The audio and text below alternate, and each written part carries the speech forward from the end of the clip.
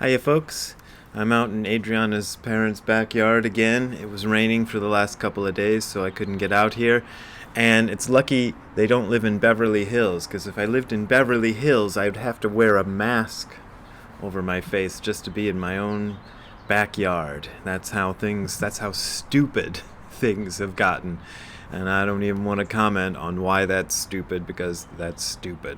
But Beverly Hills is a stupid place, so there you go. I thought I would do another video on that whole following circumstances thing that I did, I think the last time that I was out in this backyard, actually, because I think there's more to say about it, and I did a talk about this at the Angel City Zen Center on our Zoom thingy, which I'll leave links to below. Everybody can join that if you want. I think the talk that I did at Angel City Zen Center will go on their podcast, or maybe has already gone on their podcast, but if you've seen it or heard it, no, I guess you would have just heard. I think it's just audio. But anyway, I'm going to try to do something different. That's the point I'm trying to make.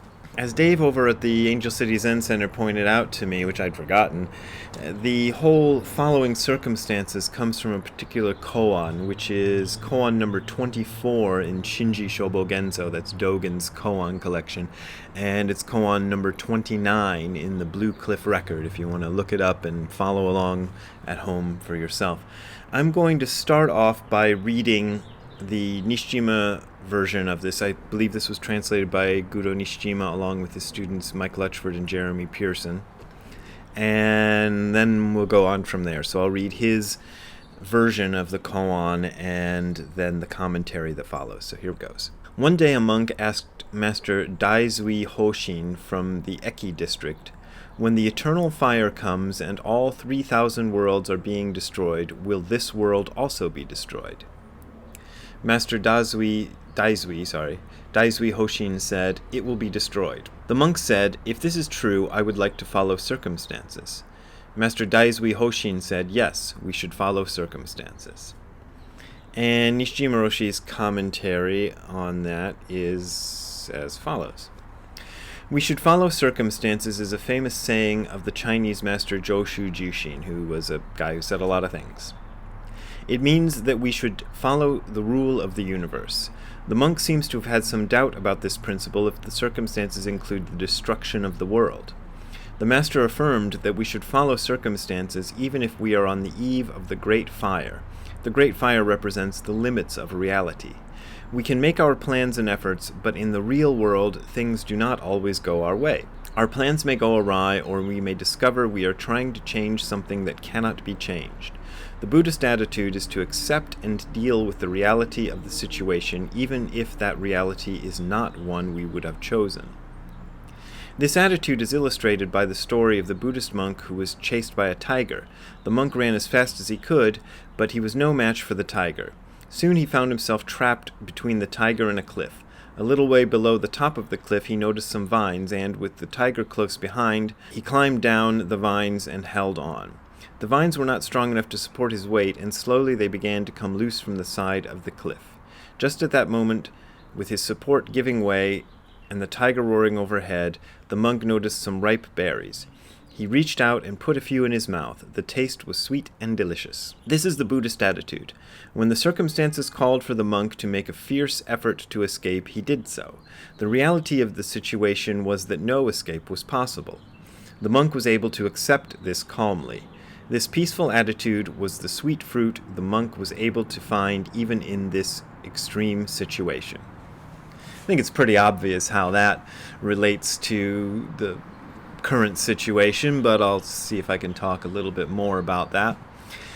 One thing I wanted to point out is I got some blowback. I've been getting some blowback of a similar nature to a lot of the things I've been saying ever since this whole pandemic happened, which is people are thinking that when I say things will turn out exactly as they should, they think I mean things will turn out exactly the way we want them to.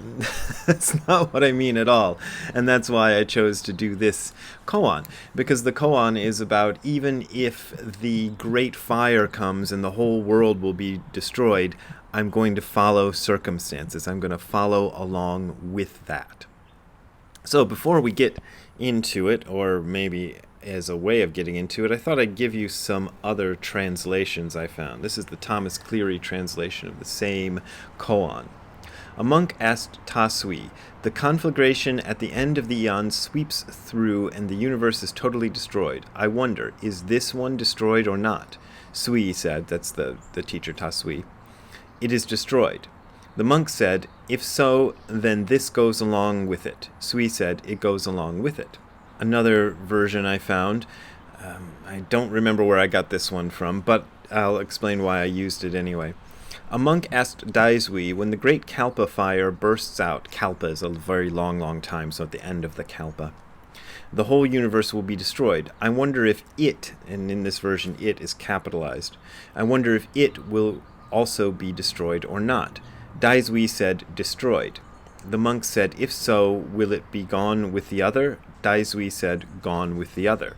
Now here's a funny version. This I found on the San Francisco Zen Center website, and it's Shunryu Suzuki is giving a lecture, the guy who founded the San Francisco Zen Center, and it doesn't say where he got his version. He might be remembering it, and just kind of doing it off the top of his head, or maybe he's reading it from some other source. I don't really know. When the great thousand universe altogether and utterly perishes in the Kalpa fire, is it doubtful what will happen? Does the self perish, or does it not? Daisui replied, "It perishes." The monk said, "If so, following the universe, will it perish?" Daisui said, "It will follow on and perish." That is the subject. And later someone asked the same Zen master, "I heard you said itself will perish when the earth perishes. Is it true or not? Does it perish?" And he said, "It doesn't." So there you go. And just for poops and laughs, I thought I would give it to you in Japanese. So this is a Japanese version that I found on a couple of websites. Again, I'm trying to do this with the internet, and I trust the internet a lot less than I trust books. I don't know if that's right or wrong. But I found this in a couple of places, so I would say that this is probably a standard version in Japanese. It says, "Aruso ga shitsumon shita." A monk asked, "Sekai no shumatsu no daikasai ga moe sakari, sekai ga metsubo e to mukao toki." So at the time at the end of the world, when the great fire comes and the world is facing destruction, or the universe, no toki. Kore, which is set off in parentheses, kore mo kowaremasu, will this too be destroyed? So kore is just this. Tasui ga kotaeta, kowareru, so it will be destroyed. Kowareru literally means broken. So ga sare ni shitsumon shita. So de areba, sore ni tsuite ikimasu. So if that's so, I will follow that. Sore ni tsuite ikimasu. So sore is another vague. It's like kore. Kore sore. So kore is like something that's close to you. Sore is something that's a little bit distant from you. But it just means that. I will follow that. And tasui ga ita tsuite ike. So he makes it more of a command form. Follow that. I don't think the situation we're facing right now is exactly the Great Kalpa Fire. I know that certain facets of the media would like to present it as the Great Kalpa Fire, like the total destruction of mankind. I don't see it that way. I can certainly spin things in my head enough that I could say, well, this leads to that, and then these things happen, and then everything gets destroyed. And I could make those same ideas too, but I tend to feel differently about it. And the way I feel is based on both logic and intuition. But the point is, we don't like this set of circumstances. I don't know. I've actually heard some people say they actually like this set of circumstances. But I think, in general, it's not that great. I mean, there are certain things that are great about it. They say pollution has cleared up in a lot of places. I saw a picture this morning that showed that you can see the Himalayas from, I don't remember what city, but some city in India, and you haven't been able to see the Himalayas for decades, I understand. So the pollution is cleared up. There's less traffic accidents. I would guess, though I haven't heard, that people are probably getting less sick overall because everybody's crazily washing their hands all the time, like I am. So maybe other diseases are down. So there are some certainly positive things about this.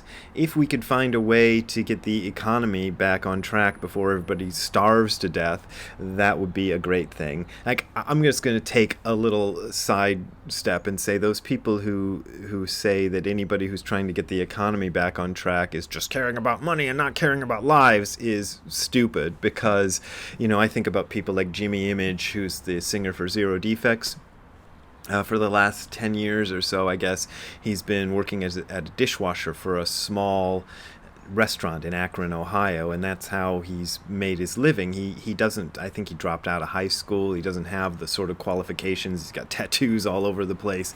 He's not the kind of guy who's going to get easily hired at, normal places. But this restaurant is run by a guy who likes Jimmy and hired Jimmy, and he's been there for years. That's Jimmy's income, and now the restaurant is closed down, and if it closes down so long that it has to go out of business, I don't know where Jimmy's going to get another job. I hope Jimmy's not watching this, because I don't want to make him feel bad. Jimmy, I'll help you out if you can't get another job. We'll figure something out. But, this is going on all over the country, all over the world, so people who poo-poo people who are worried about the economy, they're stupid, because that is a genuine, real concern that we should be taking care of, as well as the health of people. But the point I'm trying to make, the more Buddhist point I'm trying to make, is this thing about following circumstances. You don't really have a choice. That's what it comes down to, and I think that's what the Buddhists realize. The idea that you have a choice whether to follow circumstances or not is mostly false. I mean, obviously there are certain situations where you can kind of take some action and make things better, and maybe you're doing that yourself right now with this situation, and that's great. But the overall circumstances are not of our choosing, not at least in the sense of the way we normally think of choosing. Now, there might be a certain karmic sort of sense of choosing in there that we do choose, but that's getting into a little bit of a mystical area, which I've also noticed that some of my viewers don't like it when I go there, because they really react. There was somebody who put a comment on that. I put a video out a while ago called "Are Viruses Sentient?" He's like, "Viruses are definitely not sentient," in all capital letters. "This is New Age nonsense, not Buddhism." To which I would reply, yeah, I know it sounds a little bit like New Age nonsense, but you need to read a little bit more Buddhism before you say that, because you'd be surprised at what some of the stuff is in there. But, even under a very rational guy like Dogen, he talks about the whole universe being a living thing and a conscious thing and a sentient thing. So, sorry. It is Buddhism. If you don't like Buddhism, that's fine, but it is Buddhism. Anyway, sorry I'm getting rambling here, but, it's being outside and making me happy, I guess. But the point is, you don't really have a lot of choice. You're going to have to follow the circumstances that life puts you in. And the best thing to do is make the best of them, like the example that Nishijima Roshi gave in his commentary to the koan about the monk who's facing certain death by hanging off a vine on a cliff where there's a tiger on top that's going to eat him if he goes up, and straight drop down that's going to smash him if he goes down. But he decides to eat the fruit anyway, and I really think that's what we can do now. We look at what positive things we have going on now, and we go, okay, that's okay, and I don't want to tell you to focus on it, but it's good to recognize it, and not get mired in too much despair. As to when this thing will finally be over, I don't know. I really don't know. I'm watching the news like everybody else and going, I don't know. That sounds weird. Everything sounds weird. Everything I see in the news lately sounds weird. And I don't trust any of it, but that's just me. I don't trust it as I trust that there are certain reporters who are doing their best to tell me what they think is true. But as far as the truth, I don't think any of us has that. So certainly not me, and certainly not somebody who writes for a newspaper. I don't imagine they have grasped the truth. So I just take everything with a grain of salt, and that would be my advice to you. But I do think there is reason to follow the circumstances as the monk did and eat the little berries and enjoy the little berries and just muddle along and try to make things work given the situation that we are in at the present moment. There you go. That's my little talk. There's a longer version of kind of the same talk, probably on the Angel City Zen Center podcast. It's either up there now or it'll be up there because I recorded it and I gave it to Dave, so it'll be up there at some point. Anyway, that's it. I make my living via your PayPal and Patreon donations, and I'm pointing to my private parts because that's on the screen. Anyway, they're below on the screen if you're on YouTube. That's how I make my living. Your donations are important to me, but as I've been saying ever since this crisis began, don't sweat too much about me. Enough people are contributing that things are okay so far, and so if you feel like you personally need to drop out of the race, it's okay. We'll muddle along somehow. Anyway, we'll see you later next time. Bye.